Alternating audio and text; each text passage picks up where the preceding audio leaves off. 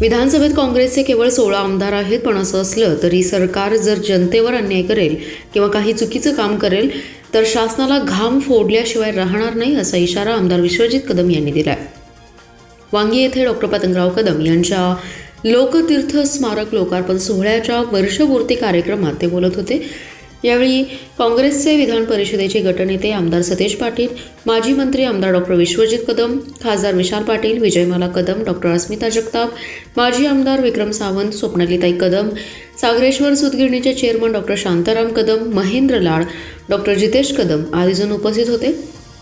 विश्वजित कदम म्हणाले, या परिसरात ताकारी व टेंभूचं पाणी गावागावात पोहोचले त्याचं श्रेय केवळ स्वर्गीय डॉक्टर पतंगराव कदम यांचा आहे आणि हा इतिहास आहे आणि इतिहास कधी कोणी बदलू शकत नाही। आयुष्यभर त्यांनी गोरगरीब आणि सर्वसामान्य लोकांची सेवा केली आहे। साहेबांचा विचार टिकवण्यासाठी लोकतीर्थची उभारणी करण्यात आली आहे। साहेबांचा विचार आणि दादांचं मार्गदर्शन यावर आपलं मार्गक्रमण सुरू असून पलूस कडेगाव मतदारसंघातील प्रत्येक घर हे माझं कुटुंब असून त्यांच्यासाठी आपण काम करत आहे, असंही ते म्हणाले।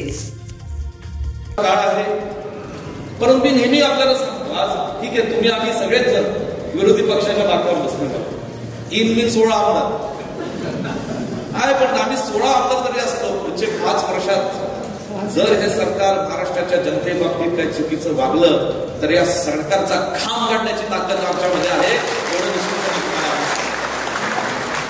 16 जरी असलो तर पतंगरावजी कदम साहेबांचा मुलगा आहे, बंटी पाटील आमचा वाघ आहे, हे तुम्हाला सगळ्यांना माहिती आहे। दिवाय पाटलांचा मुलगा आहे, विजय वडेट्टीवार सुद्धा विदर्भाचे आणि महाराष्ट्राचे वाघ आहेत। आम्ही लढतोय आणि आज आमचा विशाल सुद्धा दिल्लीमध्ये या ठिकाणी काँग्रेस पक्षाचा विचार करतोय। आम्ही लढतोय, संघर्षात तुम्ही सगळ्यांनी आम्हाला संधी दिली। प्रतिकूल परिस्थिती होती, आज मी थोडंसं राजकारणात का बोलतोय, कारण लोकांना कधी कधी थोडी अचानक भीती वाटते, काळजी वाटते, जरा सरकार सत्तेत आहे, कामं होईना, जरा हे होईना ते होईना। अरे 80 ला कोण होतं, 85 ला कोण होतं? आज मी किस्सा ऐकतो, जुन्याची 70-75 वर्षाची माणसं जिथं समोर बसले, जेव्हा कदम साहेबांसाठी ती प्रचार करत होती त्यांनी दगडं खाल्ली आहेत, अंगावर दगडं छिल्ली आहेत, डोक्यावर दगडं छिल्ली आहेत। असे किस्से आज मी सुद्धा ऐकले की माझ्या अंगावर काटे येतात। मी तुम्हाला दगडं खेळायला सांगणार नाही, तशी संख्या ती कमी झाली आहे, म्हणजे आहे तेवढी जी काय संख्या आहे त्यांच्यासाठी मला काम करायचं, जी निष्ठावंत आहे, जातीवंत आहे, प्रेमळ आहे, ज्यांना कदम साहेबांवर या ठिकाणी आमच्या कुटुंबात प्रेम आहे। साहेबांनी एवढं केलं, विश्वजित कदम तुम्ही राहताय, पुरात काम केलं, करोनात काम केलं, या ठिकाणी दुष्काळात काम केलं, काही गोष्टींचा उल्लेख आज आमच्या आधीच्या वक्त्यांनी केला। त्याच्या ज्या लोकांना जाणे, ज्याच्यावर प्रेम आहे त्याच्यासाठी निश्चितपणे मी अहोरात्र काम करत आहे।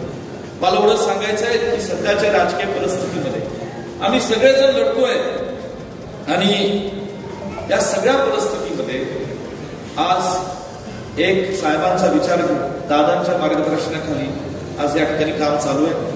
आज खरं डॉक्टर शिवाजीराव कदम सर आपल्या भारतीय विद्यापीठ विश्वविद्यालयाचे कुलपती या कार्यक्रमाला उपस्थित राहणार होते, परंतु